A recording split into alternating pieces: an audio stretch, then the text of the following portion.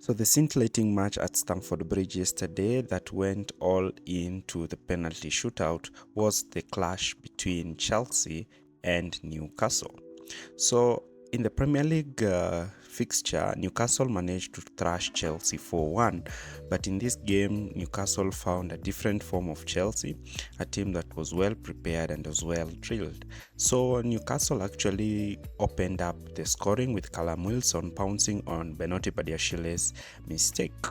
So in the latter stages of the game, we saw a Chelsea resurgence. Actually, Chelsea dominated throughout the game, and their breakthrough came in the final minutes when Modric equalized, and this saw the game go to penalty shootouts.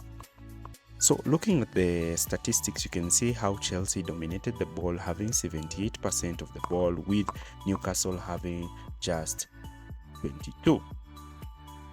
Chelsea were quite impressive, and we also see from the shots they created, though Newcastle were quite resolute in their defending and actually managed to lose on penalties. So Mauricio Pochettino lined up Chelsea in the default 4-2-3-1 system, lining Chelsea with 4 centre-backs, Caicedo and Gallagher playing in the double pivot, while Enzo Fernandez playing in the number 10, with Palmer and Sterling starting in the wide areas, and Nicholas Jackson leading the line. Newcastle, on the other hand, lined up in a 4-3-3 system, and their lineup remained the same, with key players such as Isak and Trippier missing in the starting 11, but Trippier managed to come in during the second half, and you can see that Callum Wilson was the player who scored their only goal, and we're going to do an in-depth analysis on this game. So before we start our analysis, again, I want to kindly remind you of our second channel, Talk Football TY Clips. Here we do tactical analysis on other different teams other than Chelsea. So if you want to understand football from a wider perspective from other teams, kindly subscribe to that channel. Currently, we have the tactical analysis on how United stopped Liverpool at Anfield. This is a very intriguing tactical analysis that I will recommend you to watch. Link is in the description area below. Also, we are looking at whether Unai Emery's Aston Villa are title contenders. We've also done an in-depth analysis on this in that channel, so kindly go to click the links in the description area at the end of this video and watch those 2 videos. Before we start our analysis, do not forget to like, share and subscribe to our channel. So let's bring in the tactical board. So Chelsea usually build up from the back by spreading their 2 centre-backs alongside Petrovic, and Badiashile and Thiago Silva are one of the most composed pairing. So Chelsea shifted in a 4-3-3 with Enzo starting quite wide left, with Gallagher playing wide right. So Newcastle sat in a mid-block using Callum Wilson to tie up Moises Caicedo, and this only allowed Chelsea's centre-backs to receive the ball. Badiashile will be the one who will receive the ball, and then Wilson will pounce forward to cut the passing lane to the other centre-back and force the ball to be played wide. Once the ball will be played wide, the wingers will engage the fullbacks and force the ball to be played backwards, hoping to put Chelsea in constant pressure while limiting their progression. So Badiashile would, being comfortable on the ball, will not pass the ball back to Petrovic, but rather will receive the ball and attempt to progress the ball deeper by playing penetrative passes for the dropping in forwards such as Raheem Sterling. Sterling will receive the ball and attempt to make runs beyond Newcastle's defense line. However, Newcastle scored the goal early on, and therefore they were more contented in sitting in a rigid 4-5-1 block by having their wingers drop in midfield and having their midfield 3 close and compact. So Chelsea would have their back 4 with Disasi and Colwill playing wide, and Newcastle will drop their wingers in midfield so that they can form a shield of 5 men in front of Chelsea to limit any ball progression through the center. So even if Chelsea decided to have the box midfield, they will still destroy them. Now Chelsea had a problem because they were playing center backs in the full back position. So in the first 60 minutes, we started to see Disasi being the one who will hug the touchline, and Cole Palmer will drop from the congested midfield to come and receive the ball directly from Thiago Silva. So when Palmer would receive the ball in this space, he would attempt to play the ball to Disasi and look for Disasi to attempt a cross. But again, as I told you, Disasi is not a fullback. So majority of the time Disasi received the ball in these situations, he didn't want to play risky balls, and majority of the time he will just pass the ball backwards. And this was limiting Chelsea's progression since they were relying on centre-backs to generate width, which is something that usually does not happen.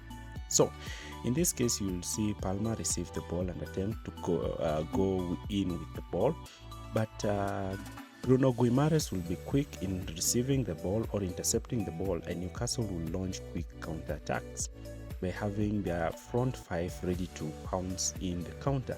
But Thiago Silva and Benotti Badiashile were quite resolute in reading these passes in the wide areas and intercepting the ball. Especially Thiago Silva did this around 3 times in the game. Now, down the left-hand flank, things were more interesting, but Badiashile was quite ambitious with his passing, attempting to play penetrative passes to Enzo, who will attempt to link up with Raheem Sterling.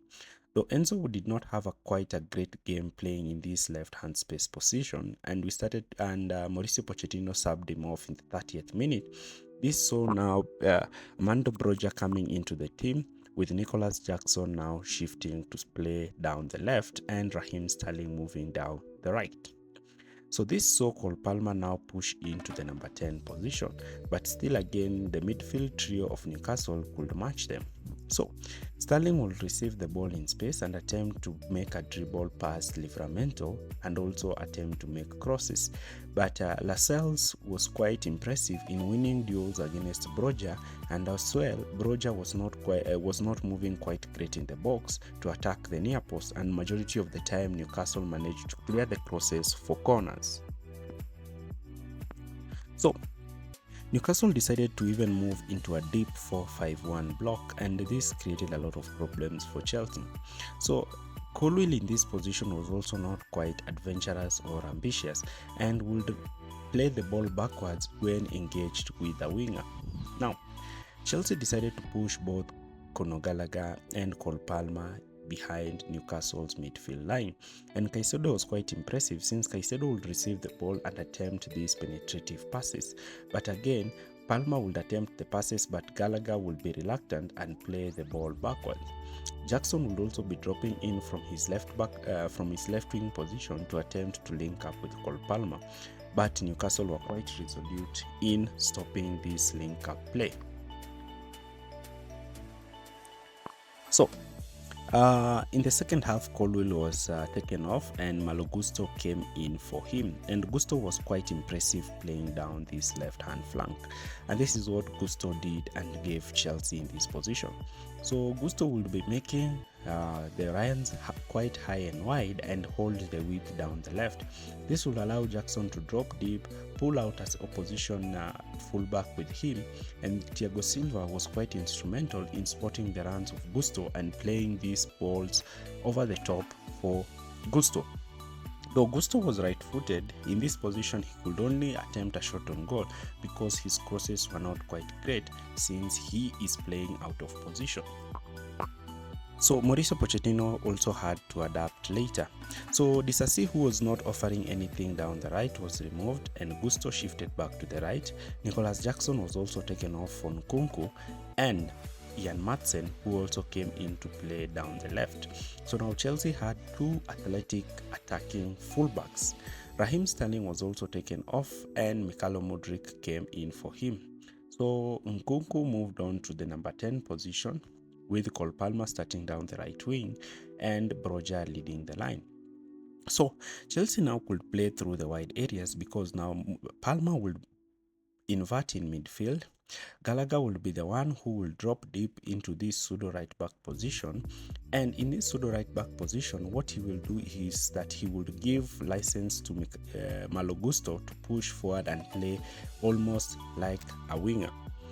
Gusto in this position will receive the ball and attempt crosses down the wide areas, especially attempting crosses in the far post. And this is actually what led to Chelsea's equalizer. Kieran Trippier mistakes this cross and Mudryk bounces on it and manages to score a late equalizer for Chelsea. And that is how Pochettino adapted to Newcastle.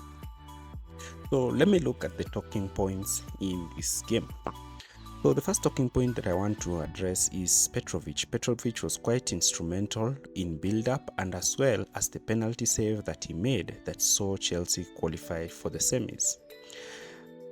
Conor Gallagher was also quite instrumental, marshalling the midfield with his energetic pressing and composure on the ball, helping Caicedo balance the physical Newcastle midfield. Mudryk was also quite instrumental since he scored the equalizer and the penalty during the penalty games, and his equalizer might actually prove to be instrumental for Chelsea winning the Carabao Cup. We are also going to understand that Nkunku has finally made his debut and is looking quite great, but we'll give him time so that we can see how he improves in the next games. So Mauricio Pochettino made sudden tactical changes and tweaks throughout his team. I did not agree with the starting 11 by not playing fullbacks in the correct position, because now this playing centre backs as fullbacks is limiting Chelsea's attack, since centre backs are not overlapping, neither are they attempting crosses in the wide areas. So Mauricio Pochettino finally sees his team reach the Carabao Cup semi-finals, and in these positions nobody knows what's going to happen. So today Liverpool will be playing West Ham and Chelsea will be looking forward to have an easy draw. Chelsea would like to win at least one cup to get the young team under the Mauricio Pochettino project working. Chelsea have the opportunity to go all in and try to win this cup. This cup will be quite instrumental in solidifying the belief of the new project that Chelsea are building currently. So leave your comments down the comment section area below, since we have not analyzed every aspect of this game, and if you've watched this game till the end, thanks for watching.